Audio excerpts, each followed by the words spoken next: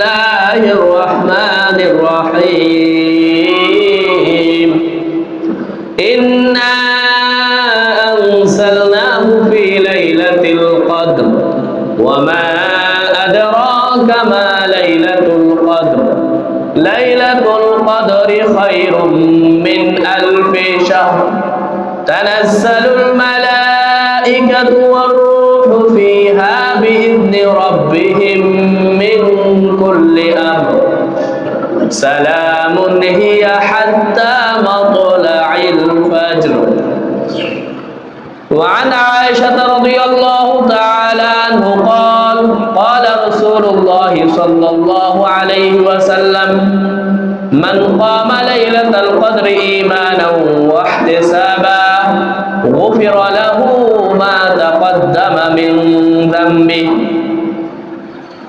وفي حديث آخر عن عائشة رضي الله تعالى عنها قالت إذا دخل العشر الأواخر شز النبي صلى الله عليه وسلم مئزره وأحيا ليله وأيقظ أهله أو كما قال عليه الصلاة والسلام. الحمد لله আল্লাহ পাকের দরবারে অসংখ্য অগণিত শুকরিয়া যে আল্লাহ পাক রব্বুল আলামিন আমাদেরকে পবিত্র মাহে রমজানের তৃতীয় জুমায় আল্লাহ পাক আমাদেরকে যথাসময়ে মসজিদে জুমার নামাজ আদায়ের জন্য আসার এবং বসার তৌফিক দান করেছেন এবং নামাজ আদায়ের পূর্ব মুহূর্তে কিছু দিনে কথাবার্তা মাসলা মাসাইল শোনার আল্লাহ তাআলা বলার তৌফিক দান করতেছেন। এই জন্য আমরা সকলে আল্লাহ পাকের দরবারে শুকরিয়া আদায় করি, বলি আলহামদুলিল্লাহ।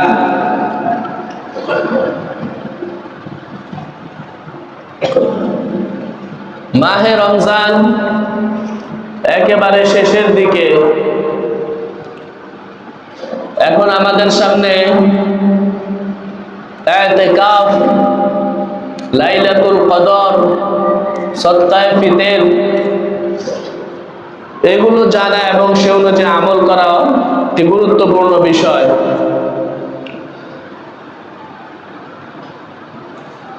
যখন রমজান শেষের দিকে আসতো, হাদিস শরীফের মধ্যে আসছে আয়েশা রাদিয়াল্লাহু তাআলা আনহা বলেন আল্লাহ রাসূল রমজানের শেষ দশকে অনেক বেশি ইবাদত করতেন। এটা বোঝানোর জন্য উনি একটা উপমা দিয়েছেন যে ইদা দাখালাল আশরুল আওয়াখির, যখন রমজানের শেষের অংশ শেষ 10 দিনের চলে আসতো, শাজ্জা মি'জারাহু, আল্লাহ রাসূল তার লুঙ্গিকে শক্ত করে গিঁট দিতেন। অর্থ হচ্ছে ইবাদতের জন্য প্রস্তুতি নিতেন। ওয়া আহইয়া লাইলা, রাত্র জাগ্রত থাকতেন। শেষের দিকের দিনগুলোতে বেশি বেশি রাত্র জাগ্রত থাকতেন। ওয়া আইকাযা আহলা, এবং নিজে শুধু এমন করতেন তা না, পরিবারের অন্যান্য লোকদেরকেও জাগ্রত করে দিতেন। এই লাইলাতুল কদরের তো সন্ধানে থাকার জন্য রমজান চলে যাচ্ছে, রমজানের খায়ের বরকত মাগফিরাত যেন আমরা পেতে পারি। এই জন্য কারণ আবার একটা দীর্ঘ 11 মাস পরে আবার রমজান আসবে। এই রমজানে কত মানুষ মারা যাচ্ছে, রমজানের আগেও মারা গেছে। তো তাদের কারোই খবর ছিল না যে হয়তো 2025 সালেই আমার জীবনের শেষ রমজান। তো আমাদের অনেকের ব্যাপারে এরকম ফয়সালা হয়তো হয়ে গেছে, লাইলাতুল কদরের রাত্রিতে এগুলা ফয়সালা হয়ে যায়, হয়তো জীবনের শেষ রমজান আমাদের। এজন্য আল্লাহ রাসূল উম্মতকে এই শেষের 10 দিন বেশি ইবাদত করার জন্য বলেছেন। ওয়ান আয়েশা রাদিয়াল্লাহু তাআলা আনহু কানা রাসূলুল্লাহ সাল্লাল্লাহু আলাইহি ওয়াসাল্লাম ইয়াজতাহিদু ফিল আশরিল আওয়াখির ফালা ইয়াজতাহিদু ফি গায়রি, আল্লাহ রাসূল রমজানের শেষ 10 দিন এত বেশি ইবাদতের জন্য কষ্ট স্বীকার করতেন, এত বেশি ইবাদত করতেন যা অন্য কোন দিনগুলোতে করতেন না। এবং এই রাতের এই 10 দিনের মধ্যেই লাইলাতুল কদর রয়ে গেছে। আল্লাহ রাসূল হাদিস শরীফের মধ্যে আসছে রমজানের শেষ দশকের বেজোড় রাত্রিগুলোতে তোমরা লাইলাতুল কদর তালাশ করো। কেননা এই রাতের ফজিলত 1000 বছর ইবাদতের থেকেও উত্তম। এবং এই কদরের রাত্রির ব্যাপারে স্বয়ং একটা সূরাই আল্লাহ তাআলা কোরআনুল কারীমের মধ্যে নাযিল করেছেন। কোরআন শরীফের ধারাবাহিকতায় 97 নাম্বার সূরা, 114টা সূরার মধ্যে 97 নাম্বার সূরা, 5 আয়াত বিশিষ্ট সূরাতুল কদর। আল্লাহ তাআলা বলেন, ইন্না আনজালনাহু ফি লাইলাতিল কদর, নিশ্চয়ই আমি এই কোরআনকে কদরের রাত্রিতে নাযিল করেছি। কদরের রাত্রিতে নাযিল করার অর্থ কি? আমরা তো জানি কোরআন নাযিল হইতে 23 বছর সময় লাগছে। তো এখানে কোরআনে আল্লাহ তাআলা বলতেছেন লাইলাতুল কদরের রাত্রিতে নাযিল করেছি। এর অর্থ হলো কোরআন সর্বপ্রথম লাউহে মাহফুজে সংরক্ষিত ছিল। আরশের নিচে একটা জায়গার নাম আছে লাউহে মাহফুজ, যেখানে সব কিছু সংরক্ষিত আছে, লিপিবদ্ধ আছে। মানুষের তাকদীর, পৃথিবীর সমস্ত কিছু লিপিবদ্ধ আছে। ওই জায়গায় আল্লাহ তাআলা কোরআন মাজিদকে সংরক্ষণ করে রেখে দিয়েছেন। ওই লাউহে মাহফুজ থেকে দুনিয়ার আসমানে আল্লাহ তাআলা এটাকে কদরের রাত্রিতে নাযিল করেন। এরপরে সেখান থেকে সময়ে সময়ে 23 বছরে আল্লাহ রাসূলের কাছে এই কোরআন নুজুল কমপ্লিট হয়। সেই হিসেবে বলা হয়েছে ইন্না আনজালনাহু ফি লাইলাতিল কদর, নিশ্চয়ই আমি কদরের রাত্রিতে কোরআনকে নাযিল করেছি। যেহেতু এই রাতে কোরআন নাযিল হয়েছে, এই জন্য এই রাতের এত শ্রেষ্ঠত্ব। কি শ্রেষ্ঠত্ব? আল্লাহ তাআলা বলেন, ওমা আদরাকা মা লাইলাতুল কদর, লাইলাতুল কদরের মর্যাদা কি? এটা কি রাসূল আপনি জানেন কিনা? এটা যে কি একটা বরকতময় মোবারক রাত্রি, এই রাত্রের ফজিলত আপনার জানা আছে কিনা? প্রথমেই আল্লাহ তাআলা প্রশ্ন করছেন রাসূলকে। প্রশ্ন করে একটা জিনিস জিজ্ঞাসা করলে সেই জিনিসের প্রতি আগ্রহ বেশি বাড়ে। এজন্য আল্লাহ তাআলা প্রথমে রাসূলকে কেমন যেন প্রশ্ন করতেছেন, এই যে লাইলাতুল কদর, এই রাতের ফজিলত কি আপনি জানেন রাসূল? তো কেমন যেন রাসূল উত্তর বলল, না আমরা তো জানি না। আল্লাহ তাআলা জবাব দিতেছেন, লাইলাতুল কদরি খায়রুম মিন আলফি শাহর, লাইলাতুল কদর 1000 বছর ইবাদতের থেকেও এক রাত্রিতে ইবাদত করা আল্লাহ তাআলার কাছে বেশি মর্যাদাপূর্ণ, বেশি ফজিলতের। এবং এই সূরা নাযিল হওয়ার একটা প্রেক্ষাপট আছে। একদিন রাসূল সাল্লাল্লাহু আলাইহি ওয়াসাল্লাম সাহাবায়ে কেরামকে নিয়ে আলোচনা করতেছিলেন। বনি ইসরাইলের এক আবেদ ছিল, 500 বছর আল্লাহর ইবাদত করেছে। এরকম আরেক আবেদ ছিল, সে 1000 বছর আল্লাহর ইবাদত করেছে। এভাবে বনি ইসরাইলের মধ্যে তারা লম্বা হায়াত পেত, লম্বা সময় আল্লাহর ইবাদত করত। তাদের ধর্মের মধ্যে একটা জিনিস জায়েজ ছিল, বিবাহ শাদী না করে সংসার ছেড়ে দিয়ে একেবারে সন্ন্যাসী জীবন যাপন করা বনি ইসরাইলের মধ্যে জায়েজ ছিল।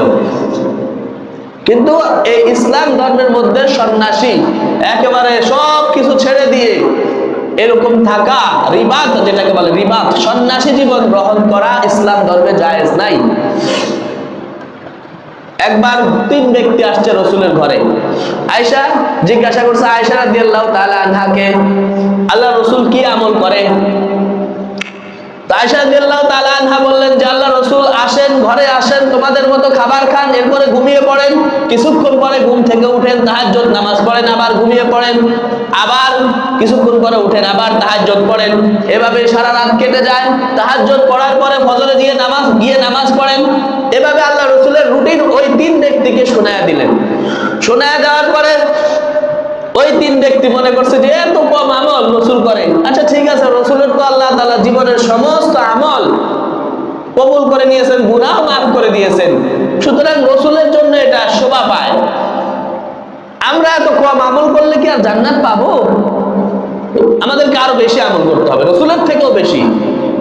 তো 3 ব্যক্তি বলতেছে, একজনে বলতেছে লা তাযাওয়াজু আবাদা, আমি কসম খেয়ে বলতেছি আমি জীবনে আর বিবাহ করব না, সংসারের ঝামেলায় জড়াবো না, আমি ইবাদতের জন্য আমার জীবনকে ওয়াকফ করে দিলাম।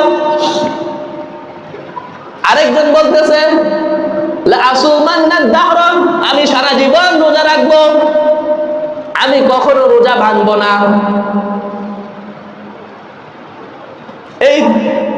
এভাবে তারা নিয়ত করতেছে, আল্লাহ রসুল এসে তাদের এই নিয়তগুলা শুনে ফেলছেন।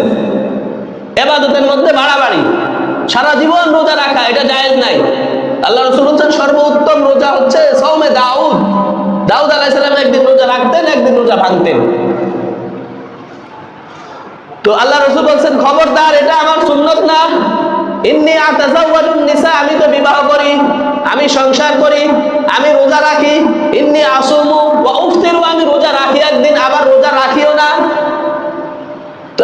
মান রাগিবা আন সুন্নতি ফালাইসা মিন্নি, এটাই আমার সুন্নত, বিবাহ করা, সংসার করা, এরপরে আল্লাহর নির্ধারিত যে ইবাদত আছে সেগুলো করা, বিবাহ করা, সাংসারিক জীবন গ্রহণ করা, রোজা রাখা, আবার রোজা ভাঙা, এভাবেই আমার সুন্নত।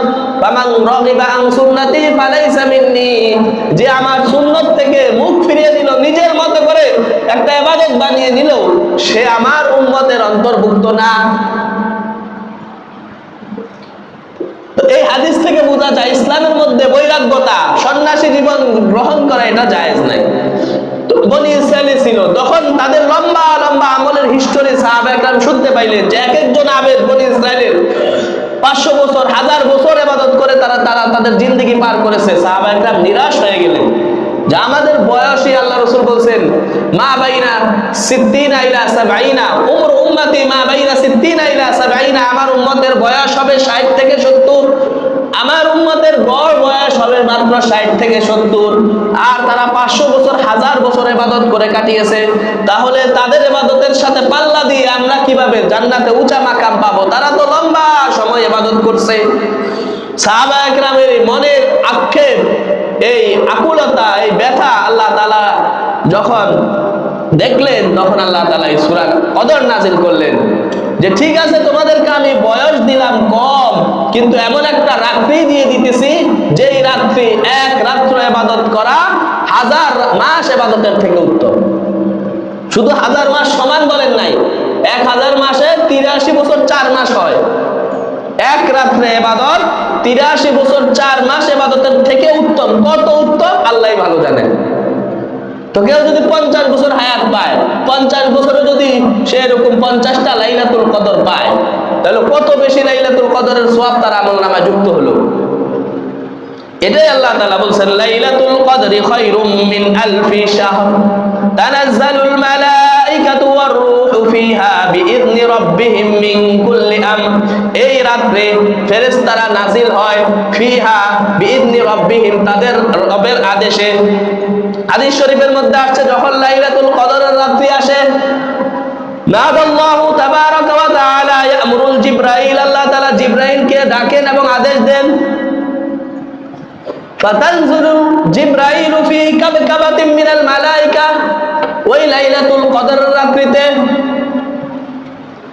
জিবরাইল আলাইহিস সালাম ফেরেশতাদের একটা বিশাল জামাত নিয়ে পৃথিবীতে আগমন করেন। ওয়াফি ইয়াদিহিম লিওয়াউন আখদার, তাদের হাতে সবুজ একটা ঝান্ডা থাকে, সবুজ পতাকা থাকে, এটাকে কাবা শরীফের উপর ওনারা বেঁধে দেন। হাদিস শরীফের মধ্যে আরো আসছে জিবরাইল আলাইহিস সালামের 600 ডানা, ওই রাতে উনি এমন একটা ডানা খোলেন যেই ডানা আর কোন রাত্রিতে উনি ইউজ করেন না, ওই শুধু লাইলাতুল কদরের জন্য ওই ডানা আল্লাহ তাআলা স্পেশাল ভাবে জিবরাইল আলাইহিস সালামকে দিয়েছেন। ওই ডানা খুলে উনি পুরা পৃথিবীকে বেষ্টন করে দেন। রহমতের দানা, পুরা পৃথিবীর মানুষ এই লাইলাতুল কদরের রাত্রিতে রহমতের ভিতরে থাকে।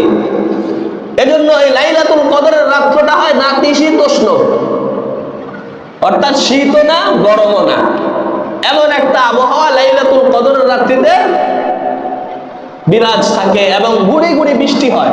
ওই যে ফেরেশতা আসছে রহমতের ডানা বিছিয়ে দিয়েছে পুরা পৃথিবীর উপর, ওনার 2 ডানা একেবারে পূর্ব থেকে পশ্চিম পর্যন্ত পুরাটা ঢেকে নেয়, এবং এই 600 ডানার মধ্যে এই 2টা ডানা শুধু এই রাত্রিতে উনি ব্যবহার করেন।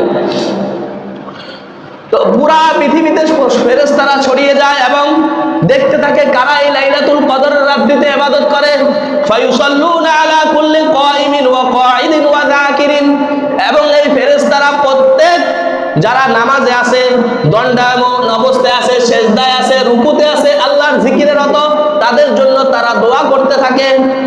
ফেরেশতারা দোয়া করলে ওই দোয়া কবুল আল্লাহ তাআলার কাছে, কেননা ফেরেশতারা মাসুম, নিষ্পাপ। তো ফেরেশতারা দোয়া করতে থাকে, এবং যারা ইবাদতে থাকে তারা ওই মানুষদের সাথে ফেরেশতারাও আমিন আমিন বলতে থাকে। যখন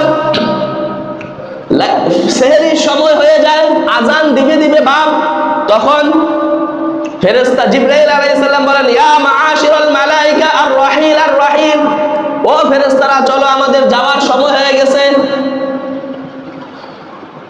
তো ফেরেশতারা যাওয়ার আগে বলে, এই যে আজকে রাত্রে আমরা পৃথিবীতে আসলাম, আর কখনো আসি নাই, সারা বছরে একবার আসি। মা সানাআল্লাহু মিন হাওয়াইজি উম্মতি মুহাম্মাদিন, আজকে তো অনেক মানুষ দোয়া করছে, কান্নাকাটি করছে আজকে রাতের জন্য, তাদের ব্যাপারে আল্লাহ তাআলার কি ফয়সালা হয়েছে, এই রাত্রে আল্লাহ তাআলা কি ফয়সালা করেছে। ফেরেশতারা তাদের সর্দার জিবরাইল আলাইহিস সালামকে জিজ্ঞাসা করেন যে এই রাত্রে আল্লাহ তাআলা উম্মতে মুহাম্মাদির ব্যাপারে কি ফয়সালা করেছেন। তখন জিবরাইল আলাইহিস সালাম বলেন, আফা আনহুম ইল্লা আরবাতুন, এই লাইলাতুল কদরের রাত্রিতে আল্লাহ তাআলা সবাইকে সাধারণভাবে ক্ষমা করে দেন।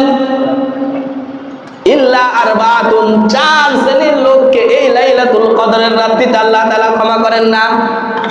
তাহলে লাইলাতুল কদর আসার আগে আগে রমজানের বেজর রাত্রিগুলোতে লাইলাতুল কদর তালাশ করতে বলছেন আল্লাহ রাসূল। 21, 23, 25, 27, 29, এর আগে আগে এই গুনাহগুলো যাদের মধ্যে আছে আমরা এগুলো ছেড়ে দেওয়ার চেষ্টা করব, ছেড়ে দেব।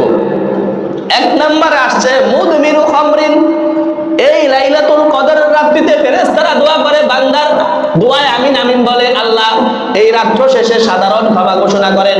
কিন্তু এই রাত্রে 1 নম্বরে যে ক্ষমা পায় না সে হচ্ছে মুদমিনু খামরিন, যে মাদক সেবনে অভ্যস্ত, নেশা জাতীয় বস্তু পানে অভ্যস্ত, যে এই ব্যক্তিকে লাইলাতুল কদরের রাত্রিতে আল্লাহ তাআলা ক্ষমা করেন না। 2 নম্বর হচ্ছে আকুল ওয়ালিদাইন, যে সন্তান তার পিতামাতার অবাধ্য, তাকে লাইলাতুল কদরের রাত্রিতে আল্লাহ তাআলা ক্ষমা করেন না। কাতিউ রাহিমিন, যারা আত্মীয়তা সম্পর্ক ছিন্ন করেছে, যে কোনো কারণে হোক, দুনিয়াবি কোনো কারণে যদি আত্মীয়তা সম্পর্ক ছিন্ন করে থাকে, এই লাইলাতুল কদরের রাত্রিতে সেও ক্ষমা পাবে না। 4 নম্বরে মুশাহিদ, যে হিংসুক, সে এই রাত্রিতে ক্ষমা পাবে না। সুতরাং এই গুনাহগুলো, আত্মীয়তা, নেশা, মাদক সেবনের অভ্যাস যদি কারোর মধ্যে থাকে, পিতামাতার অবাধ্য যদি আমরা কেউ হয়ে থাকি, আত্মীয়তার সম্পর্ক নষ্ট করে থাকি, অথবা হিংসা কারো ভিতরে থাকে, তাহলে এগুলা থেকে আগেই আমরা তওবা করে নেই। কারণ হাদিসে আসছে এই গুনাহ থাকা অবস্থায় এদেরকে আল্লাহ তাআলা ক্ষমা করবেন না। তো আল্লাহ তাআলা বলেন, তানাজ্জালুল মালাইকাতু ওয়ার রূহু ফিহা বিইذনি রাব্বিহিম মিন কুল্লি আমর, সমস্ত বিষয় নিয়ে ফেরেশতারা এই রাত্রিতে অবতরণ করেন পৃথিবীতে। সমস্ত বিষয় মানে বিগত 1 বছর পর্যন্ত কি হবে না হবে এই রাত্রে সেটার ফয়সালা আগে থেকে তো আছেই লাউহে মাহফুজ, সেখান থেকে ফেরেশতাদেরকে জানানো হয় যে আগামী বছর কি হবে, কে কে মারা যাবে, কার কার জন্ম হবে, কে কোন দেশের প্রেসিডেন্ট হবে, কি হবে না হবে পৃথিবীতে 1 বছরের ফয়সালা ফেরেশতাদেরকে জানিয়ে দেওয়া হয়। ওই ফেরেশতারা ওইটা নিয়ে পৃথিবীতে আসে, এবং এই রাত্রে মানুষের তাকদীরের 1 বছরের ফয়সালা হয়ে যায়। সালাম, এবং এই রাত্রে আল্লাহ তাআলার পক্ষ থেকে শান্তি, রহমত, বরকত নাজিল হইতে থাকে। সালামুন হিয়া হাত্তা মাতলাইল ফজর, ফজর উদিত হওয়া পর্যন্ত এই শান্তি, এই রহমত, এই বরকত, এই ক্ষমা চলতেই থাকে। সুতরাং লাইলাতুল কদর এত ফজিলতের একটি রাত, এই ফজিলতের রাত্র পাওয়ার সবচেয়ে সহজ আমল হচ্ছে ইতিকাফ করা। ইতিকাফ করলে সে অবশ্যই লাইলাতুল কদর পাবে। কারণ আল্লাহ ফেরেশতাদেরকে বললেন, যারা ইতিকাফ পাওয়ার জন্য আমার ঘরে এসে পড়ছে লাইলাতুল কদর পাওয়ার জন্য, তাদেরকে আগে লাইলাতুল কদর দাও। লাইলাতুল কদরের সওয়াব তাদেরকে দিয়ে শুরু করা হবে। এজন্য লাইলাতুল কদর পাওয়ার সবচেয়ে গ্যারান্টিপূর্ণ আমল হচ্ছে ইতিকাফে থাকা। কারণ ইতিকাফরত অবস্থায় একটা লোক যদি ঘুমায়ও থাকে, তারপরেও তার আমলনামায় সওয়াব লেখা হইতে থাকে। এবং হাদিস শরীফের মধ্যে আসছে, আল্লাহ রাসূল জীবনে একবারও ইতিকাফ ছাড়েন নাই। জীবনে একবারও ইতিকাফ ছাড়েন নাই। আর আমাদের মধ্যে আমরা অনেকেই আছে জীবনে একবারও ইতিকাফ করি নাই। জীবন আমাদের 50 বছর, 60 বছর, 70 বছর হয়ে গেছে অনেকের, কিন্তু জীবনে একবারও আমরা ইতিকাফ করি নাই। আর হাদিসে আসছে আল্লাহ রাসূল জীবনে একবারও ইতিকাফ ছাড়েন নাই।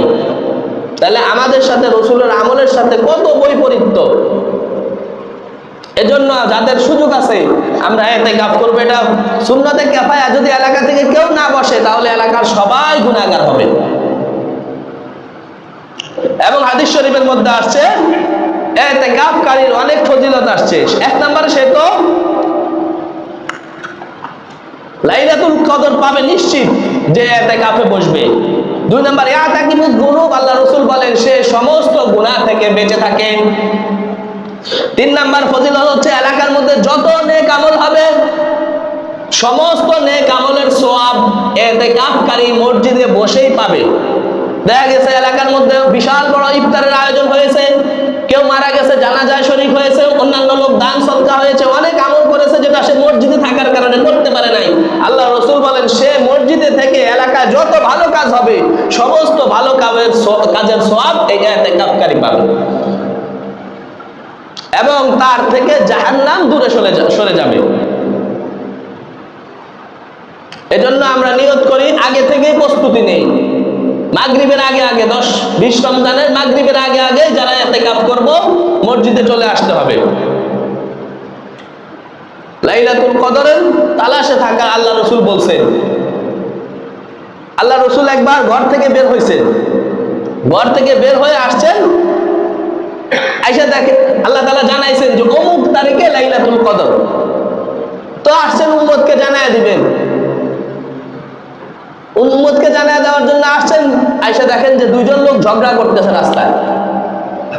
এই তাদের ঝগড়া থামাইতে গিয়ে আল্লাহ রাসূল তারিখ ভুলে গেছে।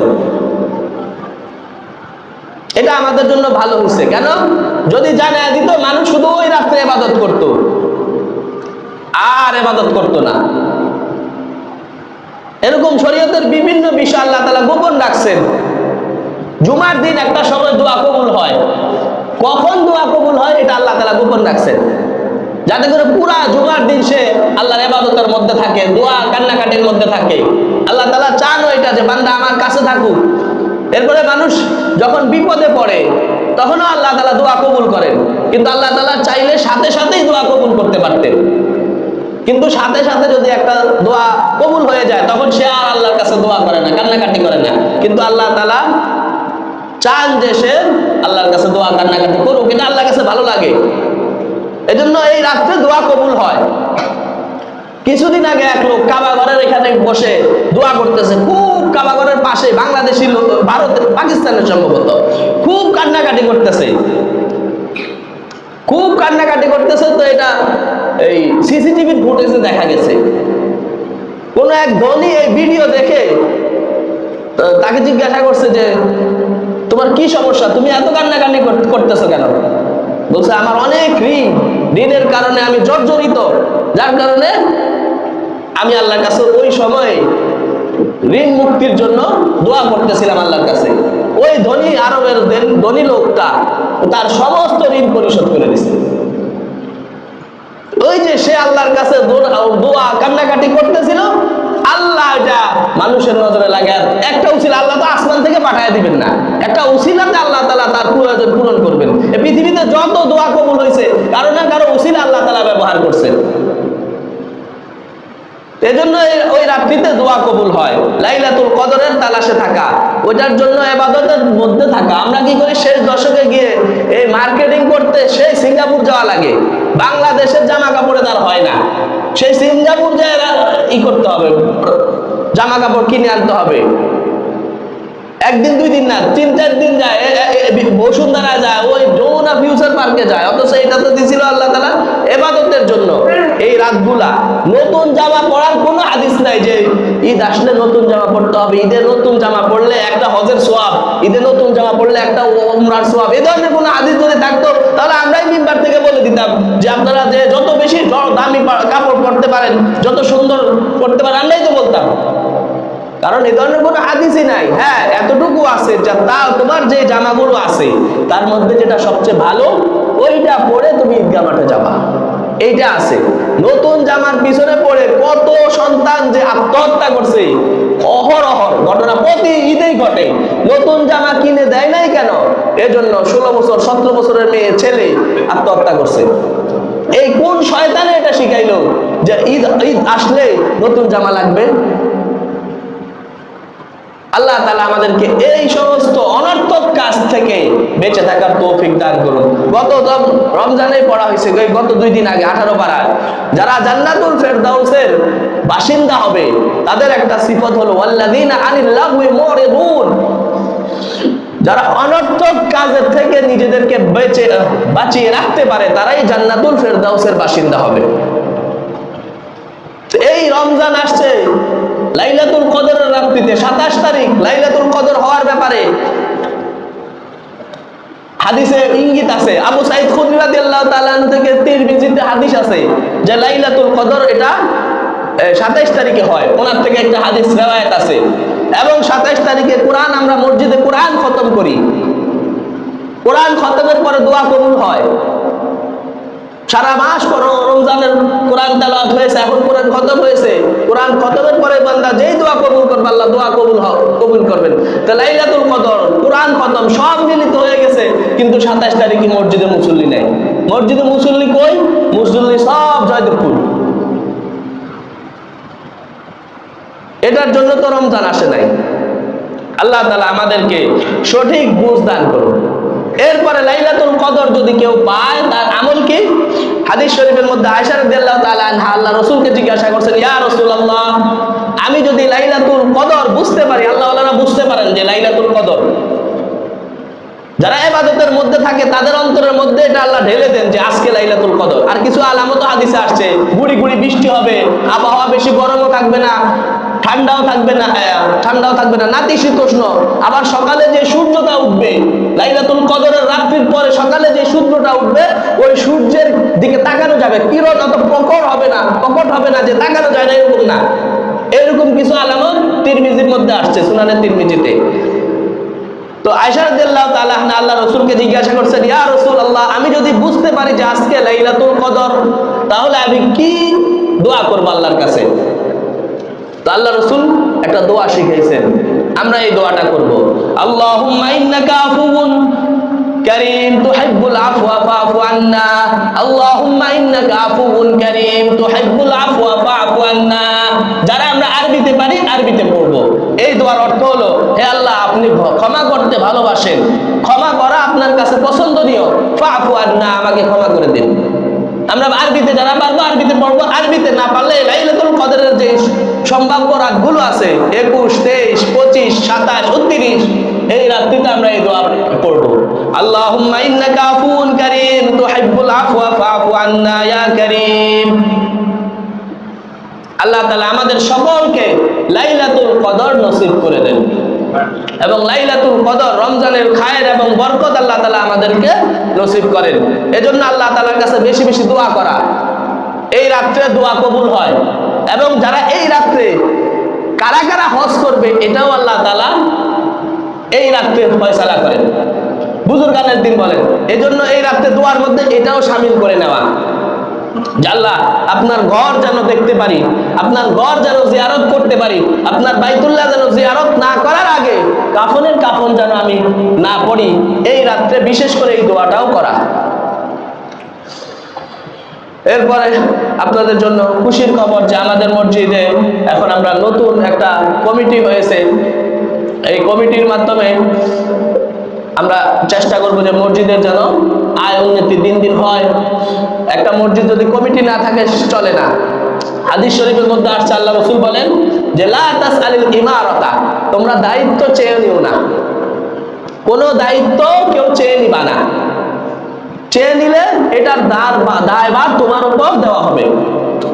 কিন্তু যদি তোমাকে কেউ দেয়, বলছে ভাই তুমি এই দায়িত্বটা পালন করো, তোমাকে মানুষ এই দায়িত্বের জন্য যোগ্য মনে করছে আর তুমি সেটা গ্রহণ করছো, তাহলে হাদিস আসছে ওয়াইনতা আলাইহি, তাহলে আল্লাহ তাআলা কুদরতি ভাবে তোমাকে সাহায্য করবে। এজন্য আমাদের কমিটিতে যারা আছে কেউই দায়িত্ব চায় নাই, সবাই চাইছে আরেকজনকে দিতে, কিন্তু সবাই বাকিরা ফয়সালা করছে, সেই হিসেবে কমিটি হয়েছে। সুতরাং আমরা আশাবাদী, যেহেতু কেউ চেয়ে নেয় নাই, বরং তাদেরকে দেওয়া হয়েছে দায়িত্ব। এই হাদিসের ভাষ্য অনুযায়ী আল্লাহ তাআলা তাদেরকে সাহায্য করবেন।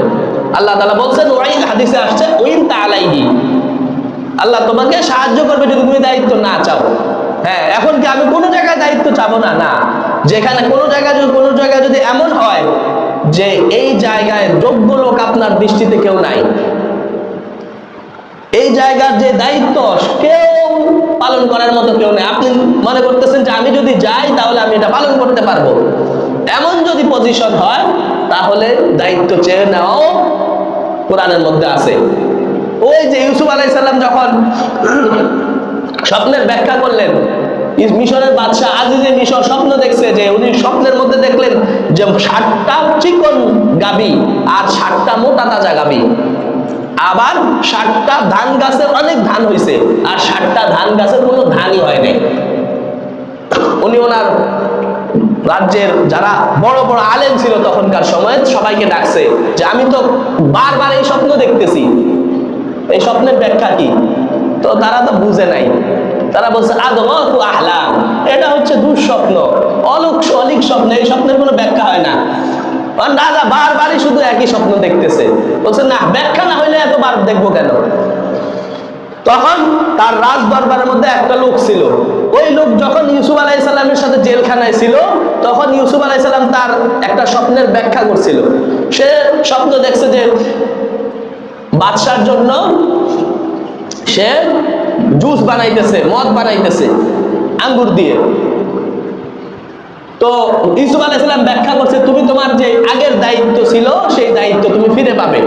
তো সে তো তার এটা মনে পড়ছে, ইউসুফ আলাইহিস সালাম যে স্বপ্নের ব্যাখ্যা করছে ওই ব্যাখ্যাটা ঠিক হয়েছে, সে তার আগের দায়িত্ব ফিরে পাইছে। কোনো এক কারণে তাকে জেলে যাইতে হয়েছে। তার সাথী ছিল, সে স্বপ্ন দেখছে যে আমি মাথায় করে রুটি নিয়ে যাইতেছি, আর ওই রুটি থেকে তাকুলুত তায়রু মিনহু, সেখান থেকে পাখি রুটি খাচ্ছে।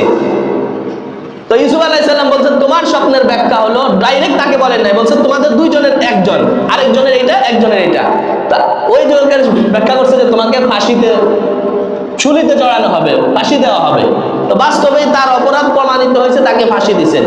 তো ইউসুফ আলাইহিস সালাম যাকে বুঝছেন যে সে নাজাত পাবে, জেলখানা থেকে অচিরেই মুক্তি পাবে, তাকে বলছে যে জায়াদ মিশরের বাদশাকে বললো যে জেলখানার মধ্যে একটা নির্দোষ লোক আছে, আমার জন্য একটু সুপারিশ করো।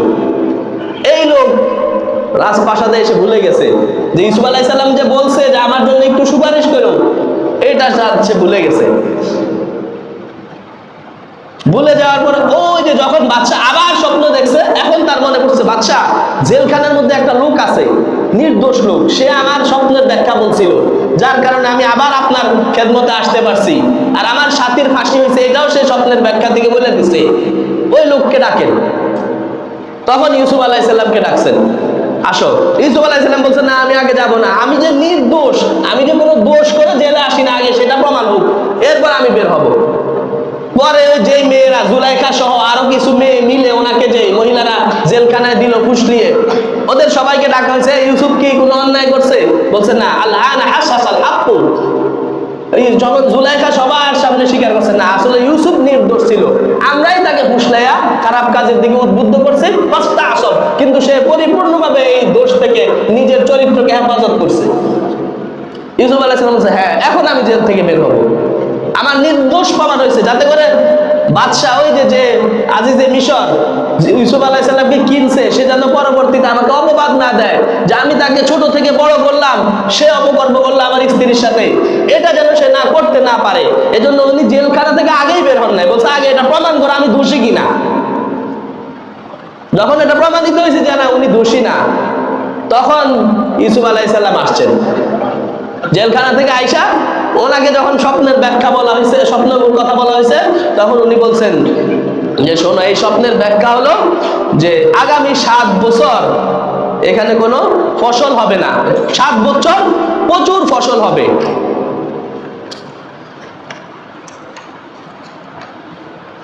আর সামনে এমন 7 বছর আসতেছে যখন এলাকায় দুর্ভিক্ষ দেখা দিবে, যে দুর্ভিক্ষ এলাকায় কোনো ফসল হবে না। এইটা উনি স্বপ্নের ব্যাখ্যা করে দিচ্ছেন।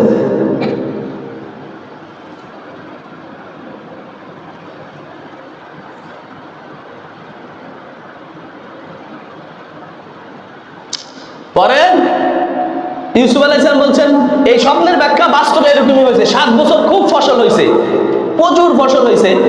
তো ইউসুফ আলাইহিস সালামকে বাদশা আবার জিজ্ঞাসা করছে, আচ্ছা যে 7 বছর এখন আমরা কিভাবে থাকবো? 7 বছর ফসল হবে, আবার 7 বছর দুর্ভিক্ষ দেখা দিবে।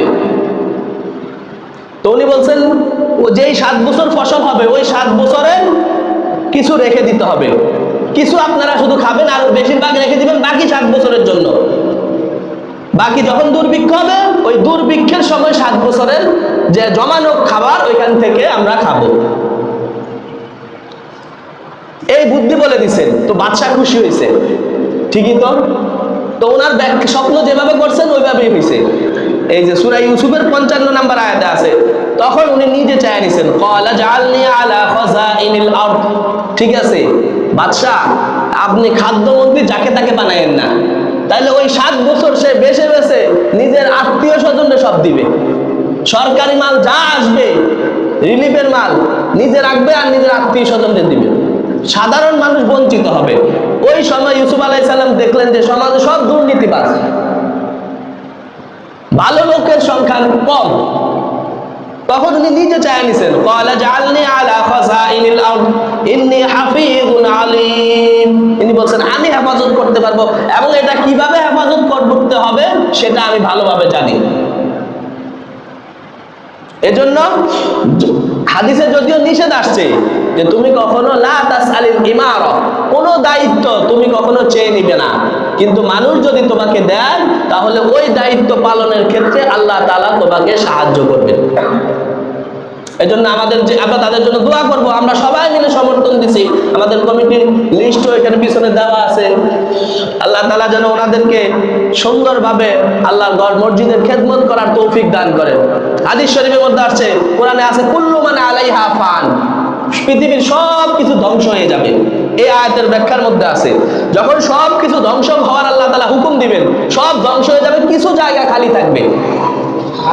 তখন আল্লাহ বলবেন তোমরা ধ্বংস হও না কেন? বলছে আমরা তো মসজিদ, আমরা ধ্বংস হব না, আমাদের একটা আবদার আছে। কি আবদার?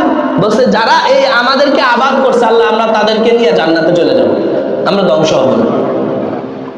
আল্লাহ তাআলা বলছেন এই যারাই মসজিদ আবাদের মধ্যে শরীক হয়েছে, ঠিক আছে তুমি তাদের সবাইকে উঠায় নাও, এবং ওই খণ্ডটা তখন একটা বাহনের মতো হবে, বাহনের মতো হয়ে যারা মসজিদ আবাদ করছে পৃথিবীতে, মসজিদ আবাদের সাথে জড়িত ছিল, মসজিদ পরিচালনার সাথে জড়িত ছিল, আল্লাহ তাআলা এদেরকে সবাইকে আল্লাহ তাআলা জান্নাত দান করবেন। এজন্য যে কোনো ভাবে যদি আমি শরীক থাকতে পারি আল্লাহর ঘর মসজিদে, এটা আমার কাল কিয়ামতের মাঠে নাজাতের উসিলা হবে। হাদিসে আসছে মান বানা লিল্লাহি বাইতান বানাল্লাহু লাহু, মান বানা লিল্লাহি মসজিদান বানাল্লাহু লাহু বাইতান ফিল জান্নাহ। যে আল্লাহর জন্য একটা দুনিয়াতে মসজিদ বানাবে, আল্লাহ তাআলা তার জন্য জান্নাতে একটা ঘর বানাবেন। তো এখন সবার জন্য তো এত কোটি 1 কোটি টাকা খরচ করে 50 লক্ষ টাকা খরচ করে মসজিদ বানানো সম্ভব না। হাদিস শরীফের মধ্যে আসছে সে এতটুকু শরীক হয়েছে, অল্প কিছু টাকা দিয়ে শরীক হয়েছে, যেটা দিয়ে ছোট্ট একটা ঘর বানানো যায়। এই যে অল্প দিয়ে শরীক হয়েছে, এই জন্য তার জন্য জান্নাতে একটা ঘর থাকবে।